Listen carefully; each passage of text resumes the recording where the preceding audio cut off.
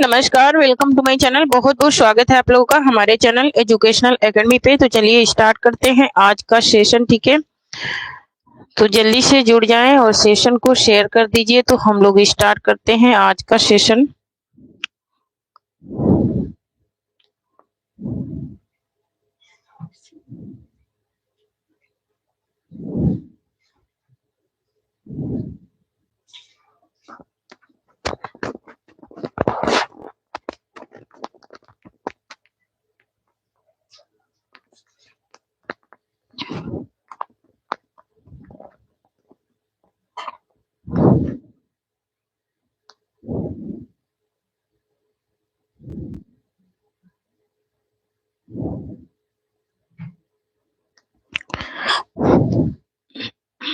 तो चलिए स्टार्ट करते हैं आज का सेशन। आज का हमारा आदिकाल का प्रथम भाग आज हम लोग करेंगे। ठीक है, आदिकाल का प्रथम भाग करेंगे। तो जल्दी से जुड़ जाएं और सेशन को शेयर कर दीजिए। तो हम लोग स्टार्ट करते हैं सेशन को फिर।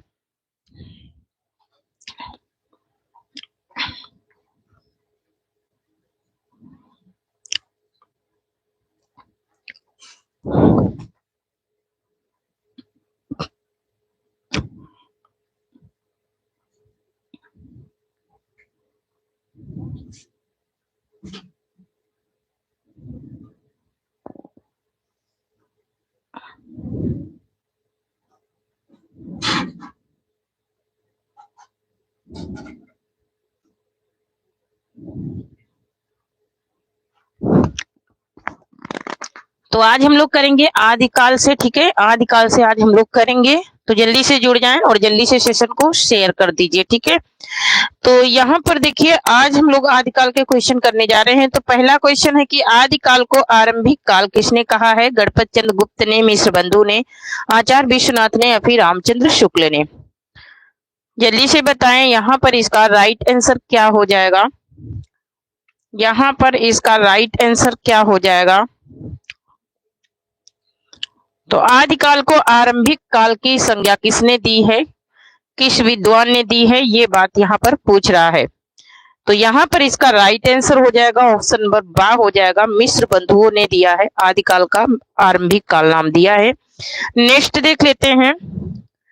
नेक्स्ट है मैथिल कोकिल के नाम से कौन जाना जाता है? मैथिल कोकिल के नाम से किसे जाना जाता है, ये बात पूछ रहा है। मैथिल कोकिल के नाम से। तो यहाँ पर मैथिल कोकिल के नाम से जिसे जाना जाता है उसके बारे में पूछा जा रहा है। तो यहाँ पर इसका क्या विद्यापति को या फिर अमीर खुसरो को या फिर कालिदास त्रिवेदी को या फिर चंद्र बरदाई को? यहाँ पर इसका राइट आंसर क्या हो जाएगा? तो ऑप्शन नंबर यहाँ पर आ राइट हो जाएगा, विद्यापति को जाना जाता है मैथिल कोकिल के नाम से। ऑप्शन नंबर यहाँ पर आ राइट हो जाएगा। नेक्स्ट देख लेते हैं।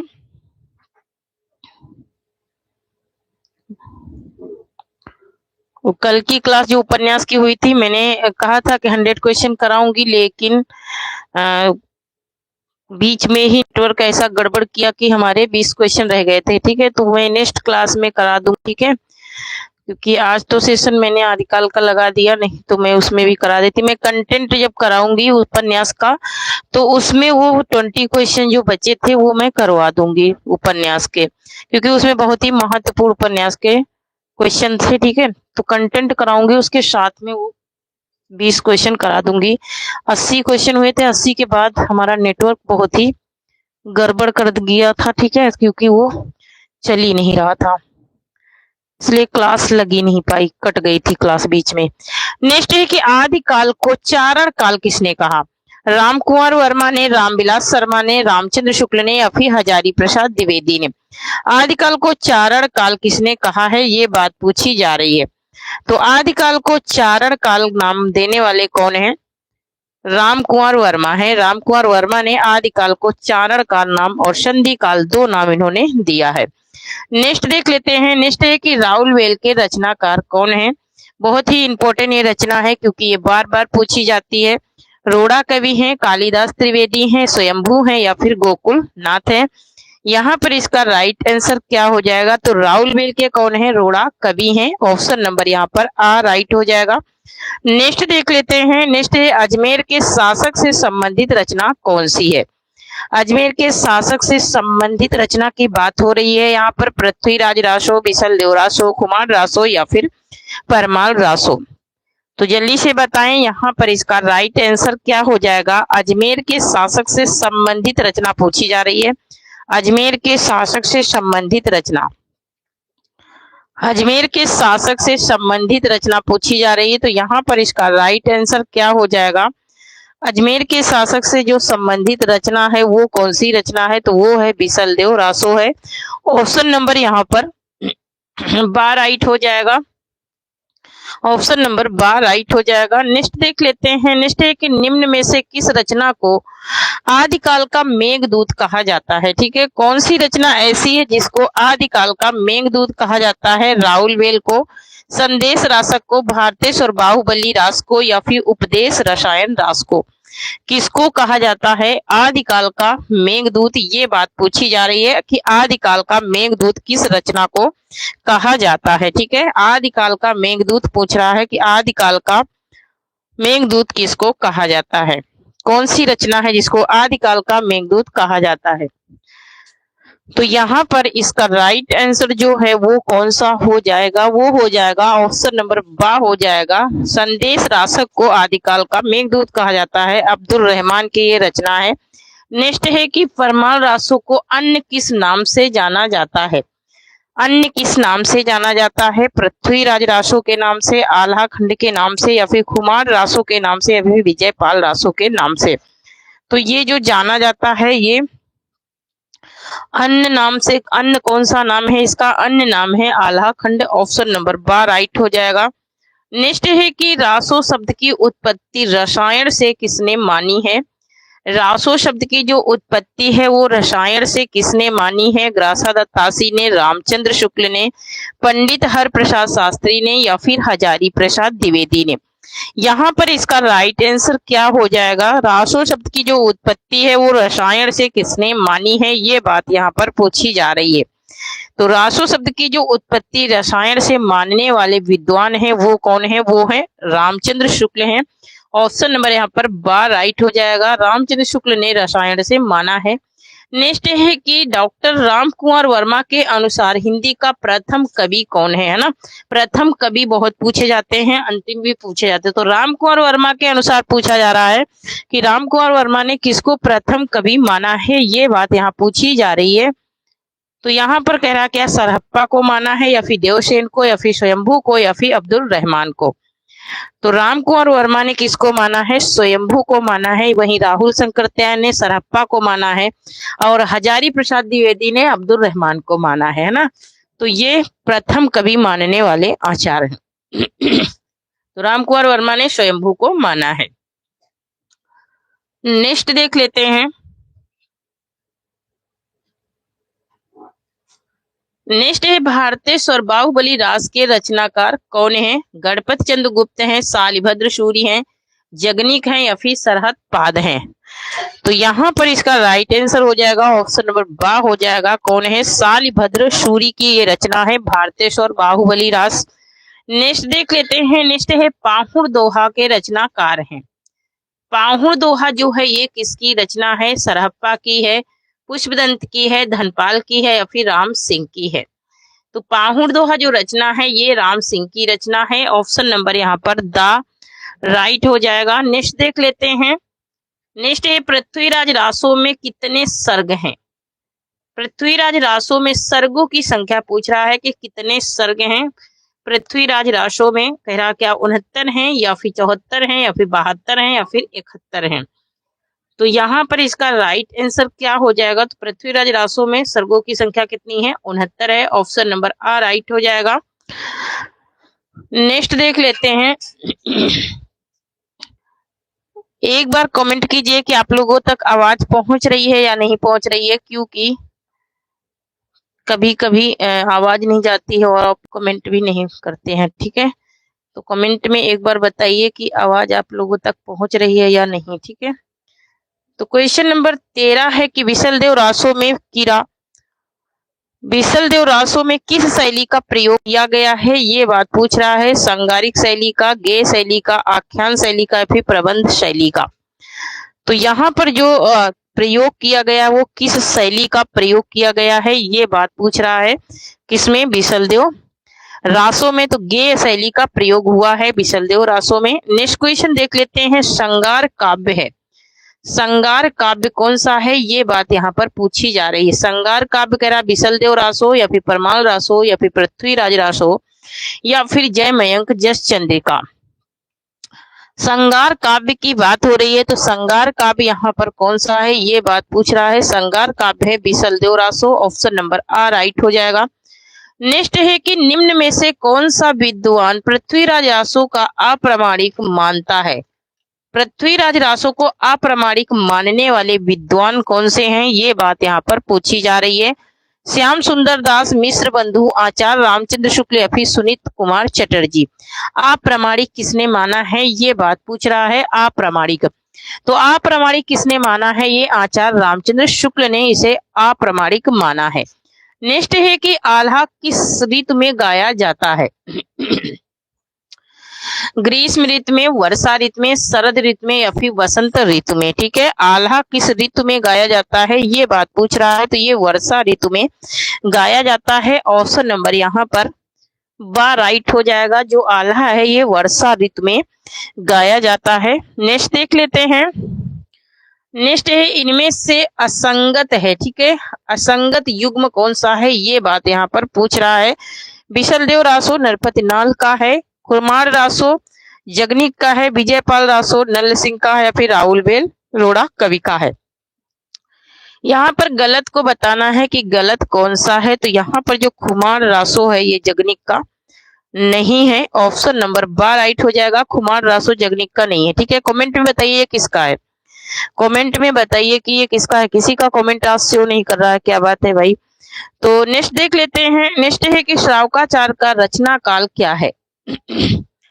श्रावकाचार का रचना काल क्या है, 933 ईस्वी, 900 ईस्वी, 1033 ईस्वी या फिर 935 ईस्वी। श्रावकाचार का रचना काल, तो श्रावकाचार का जो रचना काल है उसकी बात हो रही है। श्रावकाचार का जो रचना काल का समय है वो है 933 ईस्वी, ऑप्शन नंबर आ राइट हो जाएगा। नेक्स्ट है कि राजमती से रूठकर विसलदेव कहाँ गए थे, कर्नाटक, उड़ीसा, मध्य प्रदेश या फिर तमिलनाडु। यहाँ पर इसका राइट आंसर क्या हो जाएगा, तो यहाँ पर ऑप्शन नंबर बा राइट हो जाएगा। उड़ीसा गए थे विसलदेव रूट करके राजमती से। नेक्स्ट क्वेश्चन है कि वीर गाथा कालीन रासो काव्य में किस विषय का वर्णन है। ठीक है, किस विषय का वर्णन नहीं है। वीर गाथा कालीन रासो काव्य में किस विषय का वर्णन जो है नहीं है, ये बात पूछी जा रही है। आश्रयदाता का अति रंजनापूर्ण वर्णन या फिर इतिहास और कल्पना का वर्णन या फिर कृष्ण लीला का प्रतिपादन या फिर युद्धों का सजीव एवं गत्यात्मक वर्णन।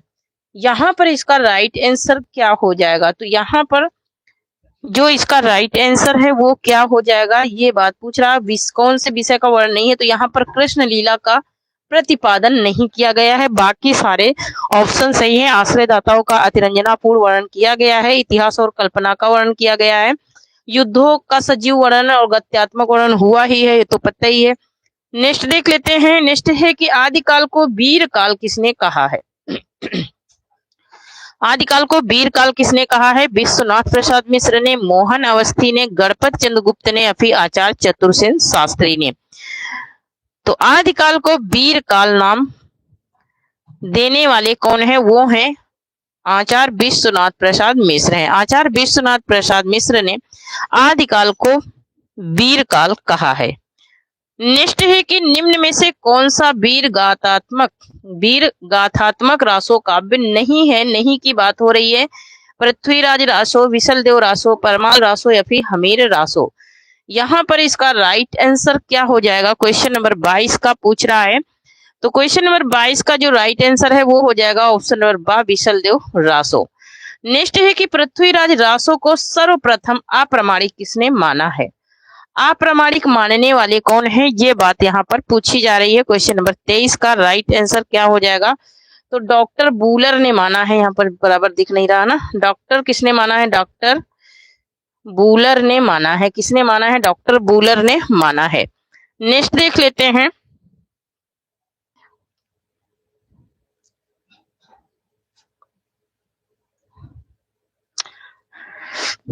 अब देखिए नेट कितना गड़बड़ कर रहा है, क्या ही करूं मैं। नेक्स्ट है कि निम्न में से कौन सी आदिकाल की विशेषता नहीं है, नहीं की बात हो रही है, वीरता की, यहाँ पर कह रहा कि वीरता की प्रवृत्ति या फिर संगारिकता या फिर अवलंबन रूप में प्रकृति का चित्रण या फिर राष्ट्रीयता की भावना, नहीं की बात हो रही है, यहाँ पर नहीं की बात हो रही है, तो यहाँ पर राष्ट्रीयता की भावना का वर्णन नहीं है, ऑप्शन नंबर यहाँ पर द राइट हो जाएगा। नेक्स्ट क्वेश्चन देख लेते हैं, गणपत चंद्रगुप्त ने हिंदी का प्रथम कवि किसे माना है, गणपत चंद्रगुप्त ने हिंदी का प्रथम कवि किसे माना है, शालिभद्र सूरी को, गणपत विद्यापति को, स्वयंभू को या फिर सरहप्पा को। यहाँ पर इसका राइट आंसर क्या हो जाएगा, तो ऑप्शन नंबर आ राइट हो जाएगा, इन्होंने शालिभद्र सूरी को हिंदी का प्रथम कवि माना है। नेक्स्ट देख लेते हैं, नेक्स्ट है कि चंदन वाला रास रचनाकार कौन, चंदन वाला रास के रचनाकार कौन है, चंदन वाला रास के रचनाकार कौन है, ये पूछ रहा है। आशुग हैं, चंद्रबरदाई हैं, नरपति नल हैं या फिर पुष्प दंत हैं। यहाँ पर इसका राइट आंसर क्या हो जाएगा, क्वेश्चन नंबर 26 का राइट आंसर हो जाएगा ऑप्शन नंबर आ, आशुग का, ये आशुग की रचना है। नेक्स्ट है हमीर रासों के रचनाकार कौन है, हमीर रासों की बात हो रही है, जगनिक है, नरपति नल है, सारंगधर है या फिर आशुग है। तो हमीर रासों के रचनाकार पूछ रहा है, हमीर रासों के, तो हमीर रासों के कौन है, सारंगधर है, ऑप्शन नंबर सा राइट हो जाएगा। नेक्स्ट है कि हिंदी में चंद को छंदों का राजा कहा जा सकता है, हिंदी में छंद को छंदों का राजा कहा जा सकता है, ये कथन किसका है, ये बात पूछ रहा है, यह कथन किसका है, नामवर सिंह का है, शुक्ल का है या फिर बच्चन सिंह का है या फिर डॉक्टर बूलर का है। यहाँ पर इसका राइट आंसर क्या हो जाएगा, क्वेश्चन नंबर 28 का ऑप्शन नंबर आ हो जाएगा, ये नामवर सिंह का कथन है। नेक्स्ट देख लेते हैं, रासो शब्द की उत्पत्ति राजशिव से किसने मानी है, राजशिव से किसने माना है, ग्रासा तासी ने, शिव सिंह सेंगर ने, डॉक्टर गियर्सन ने या फिर आचार्य शुक्ल ने। यहाँ पर इसका राइट आंसर क्या हो जाएगा, तो यहाँ पर इसका राइट आंसर हो जाएगा ऑप्शन नंबर आ हो जाएगा, ग्रासादा तासी ने।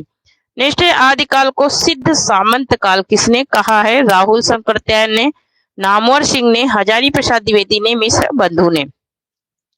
आदिकाल को सिद्ध सामंत काल कहने वाले हैं राहुल शंकरत्यायन, ऑप्शन नंबर आ राइट हो जाएगा। नेक्स्ट है कि आत्मबोध किसकी रचना है, आत्मबोध जो है ये किसकी रचना है, ये बात पूछ रहा है, आत्मबोध। जो लोग सेशन में आज नए आए हैं वो चैनल को सब्सक्राइब जरूर करें, ठीक है। नेक्स्ट है यहाँ पर कि आत्मबोध के रचनाकार कौन है, जलंधर नाथ है, गोरखनाथ है, मच्छेंद्र नाथ है या फिर इनमें से कोई नहीं है। आत्मबोध किसकी रचना है, तो आत्मबोध जो रचना है वो है किसकी, गोरखनाथ की रचना है। नेक्स्ट देख लेते हैं, सिद्ध कवियों द्वारा प्रयुक्त भाषा को क्या कहा जाता है, सिद्ध कवियों द्वारा प्रयुक्त भाषा को क्या कहा जाता है, ये बात पूछ रहा है। यहाँ पर डिंगल कहा जाता है, अभ्रंश कहा जाता है, संघा कहा जाता है, फिर अवाहट कहा जाता है। तो यहाँ पर इसका राइट आंसर क्या हो जाएगा, तो ऑप्शन नंबर सा हो जाएगा, संघा भाषा कहा जाता है। नेक्स्ट है कि हालात ए कन्हैया किसकी रचना है, हालात ए कन्हैया किसकी रचना है, विद्यापति की है, अमीर खुसरो की है, नरपति नल की है, फिर इनमें से कोई नहीं। यहाँ पर इसका राइट आंसर क्या हो जाएगा, क्वेश्चन नंबर 33 का राइट आंसर हो जाएगा हमारा ऑप्शन नंबर बा हो जाएगा, अमीर खुसरो को कहा जाता है हालात ए कन्हैया, इसको कहा जाता है अमीर खुसरो को कहा जाता है हालात ए कन्हैया। नेक्स्ट देख लेते हैं, नेक्स्ट है पंडित चंद्रधर शर्मा गुलेरी ने किसको पुरानी हिंदी का प्रथम कवि स्वीकार किया है, सरहप्पा को, स्वयंभू को, राजा मुंज को या फिर पुष्प दंत को। यहाँ पर इसका राइट आंसर क्या हो जाएगा, तो यहाँ पर जो इसका राइट आंसर है वो हो जाएगा ऑप्शन नंबर सा, चंद्रधर शर्मा ने किसको किया है पुरानी हिंदी का प्रथम कवि, इन्होंने राजा मुंज को स्वीकार किया, ऑप्शन नंबर यहाँ पर सा राइट हो जाएगा। नेक्स्ट देख लेते हैं, नेक्स्ट है कि निम्न में से किस रासो काव्य का मूल वर्ण विषय वीर रस ना होकर श्रृंगार रस है, पृथ्वीराज रासो, विशलदेव रासो, कुमार रासो या फिर परमाल रासो। यहाँ पे इसका राइट आंसर क्या हो जाएगा? तो यहाँ पर जो इसका राइट आंसर है वो हो जाएगा ऑप्शन नंबर बा, विशलदेव रासो जो है ये वीर रस ना होकर के ये श्रृंगार रस में ये लिखा हुआ है। नेक्स्ट देख लेते हैं।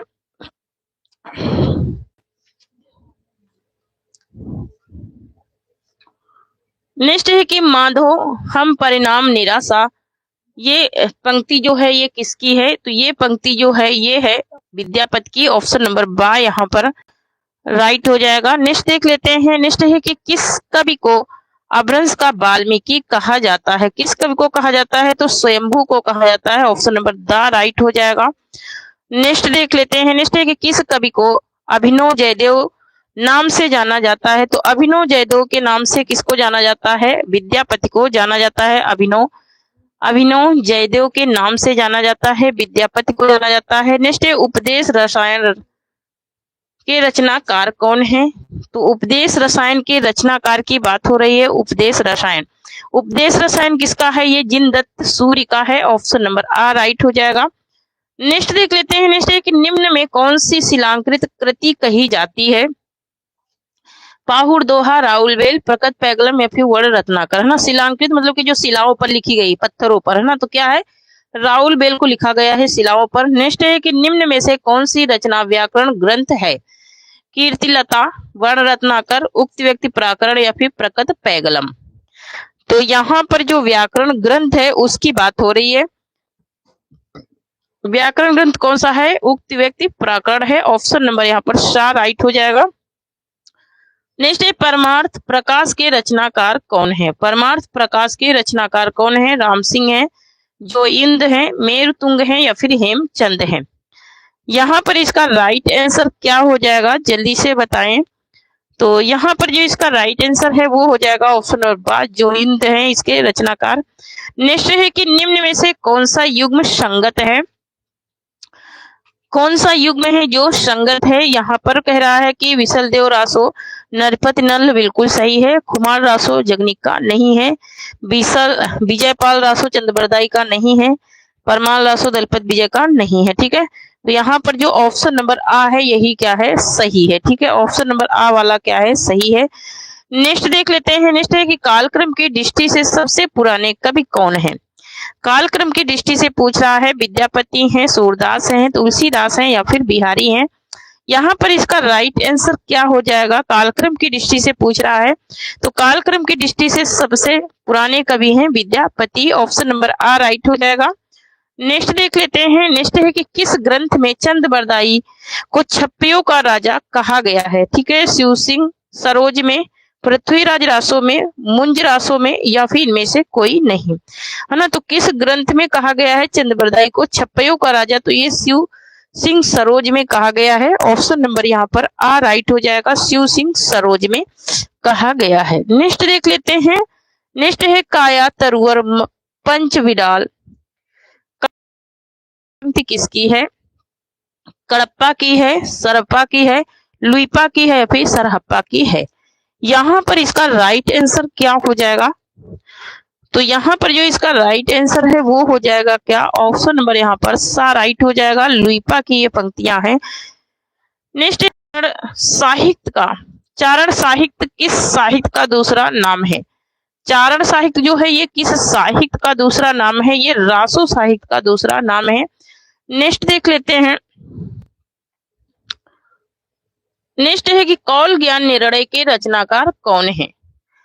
कौल ज्ञान निर्णय के रचनाकार की बात हो रही है। कौल ज्ञान निर्णय के रचनाकार कौन है? गोरखनाथ हैं, जलंधर नाथ हैं, गोपी चंद हैं या फिर मच्छेंद्र नाथ हैं।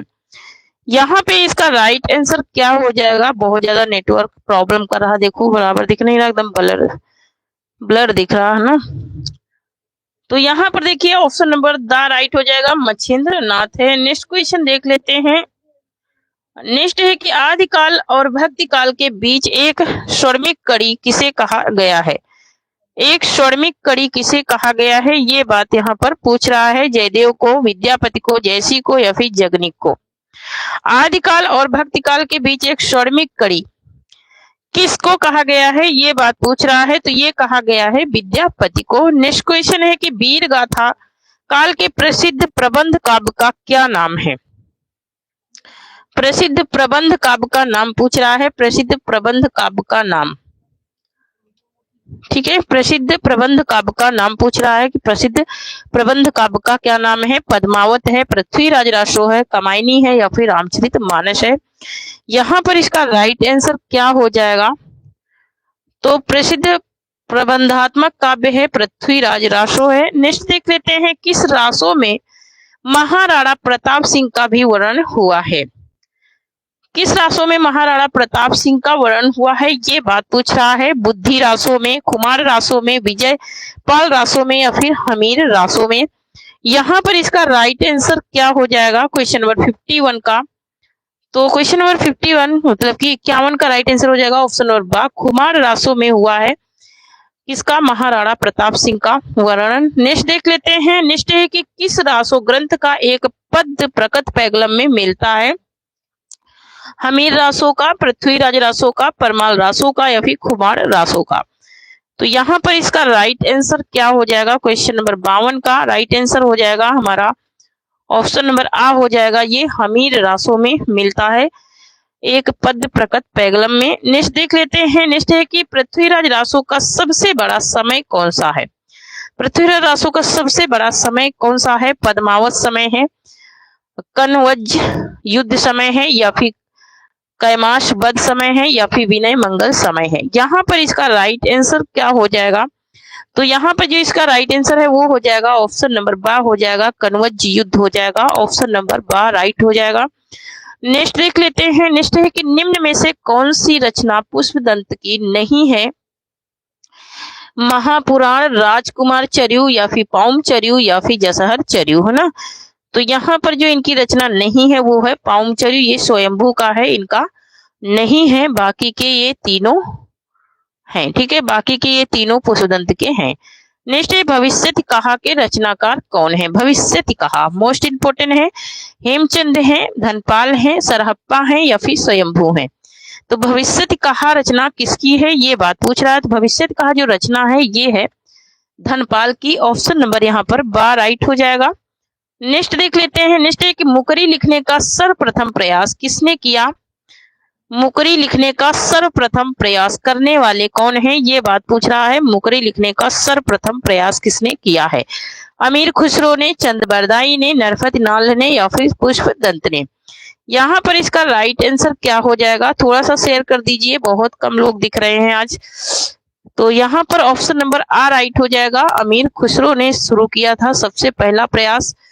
नेक्स्ट क्वेश्चन देख लेते हैं। नेक्स्ट है कि आदिकालीन साहित्य में गद्य का प्राचीनतम ग्रंथ कौन सा है। राउलवेल है, कुवलयमाला कहा है या फिर भविष्यत कहा है या फिर वर्ण रत्नाकर है। तो यहाँ पर इसका राइट आंसर क्या हो जाएगा, प्राचीनतम ग्रंथ पूछ रहा है यहाँ पर। प्राचीनतम ग्रंथ, प्राचीनतम ग्रंथ कौन सा है, तो वो है कुवलयमाला, ऑप्शन नंबर बा राइट हो जाएगा। नेक्स्ट है नायिकाओं का नक्सिक वर्णन मिलता है, मोस्ट इंपोर्टेंट क्वेश्चन है ये। अब्दुल रहमान कृत संदेश रासक में, असाइद कृत हंसावली में, कुशलाभ कृत ढोला मैरूरा दुहा में या फिर रोड़ा कृत राहुल वेल में। नायिकाओं का नक्सिक तो नायिकाओं का जो नक्सिक वर्णन है वो मिलता है रोड़ाकृत राउलवेल में। किसमें मिलता है, रोड़ाकृत राउलवेल में ये मिलता है। नेक्स्ट देख लेते हैं। नेक्स्ट है हमारा कि कुमार पाल प्रतिबोध के रचनाकार कौन है। सोमभद्र सूरी, सोमप्रभ सूरी है, हेमचंद है, मेरतुंग है या फिर इनमें से कोई नहीं है। तो यहाँ पर कह रहा है कि कुमार पाल प्रतिबोध के रचनाकार की बात पूछ रहा है, वो है सोमप्रभु सूरी है, ऑप्शन नंबर आ राइट हो जाएगा। नेक्स्ट देख लेते हैं।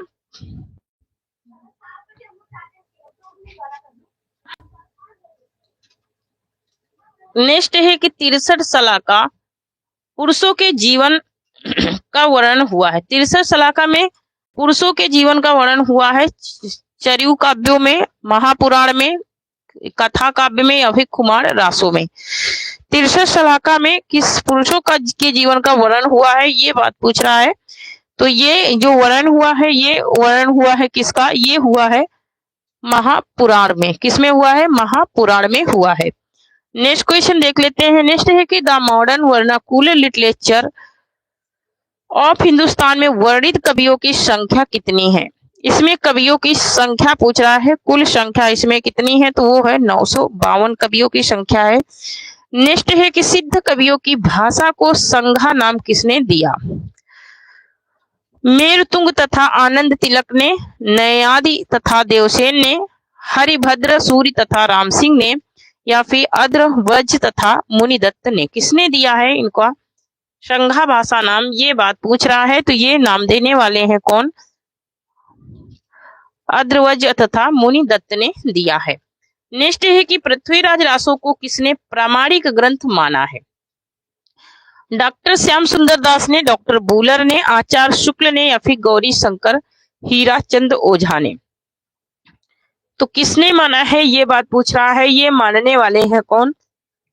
डॉक्टर श्याम सुंदर दास।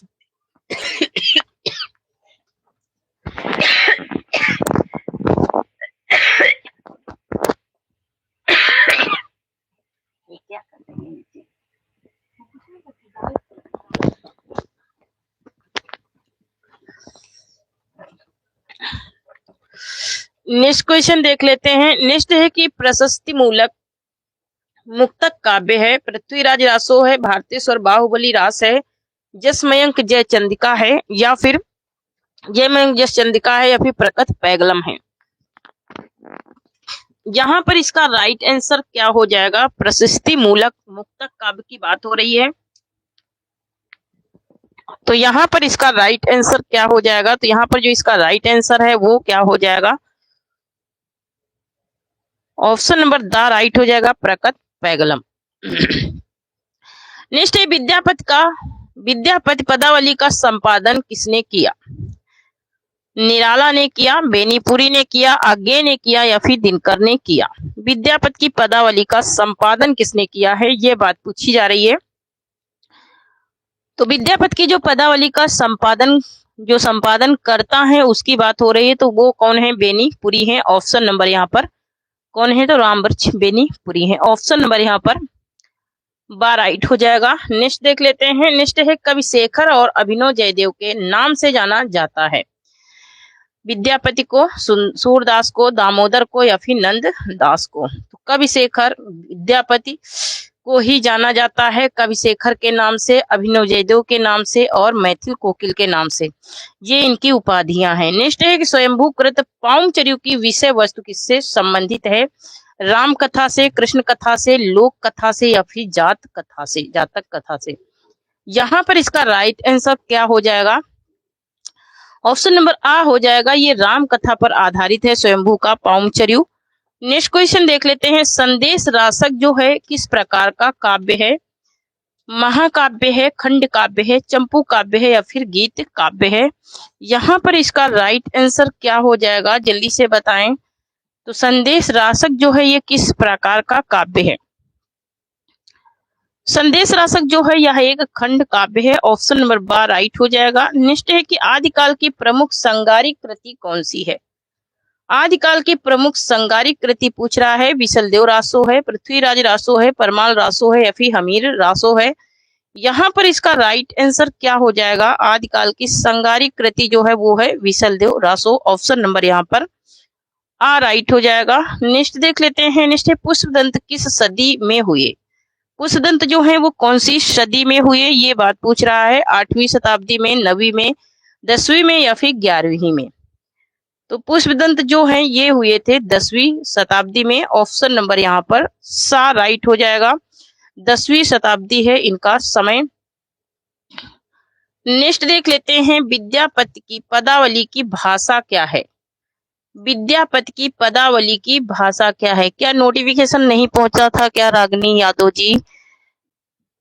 बहुत लेट आप लोग जुड़े हो, अभी तो सेशन खत्म हो रहा है, नोटिफिकेशन नहीं पहुंचा था आप लोगों को।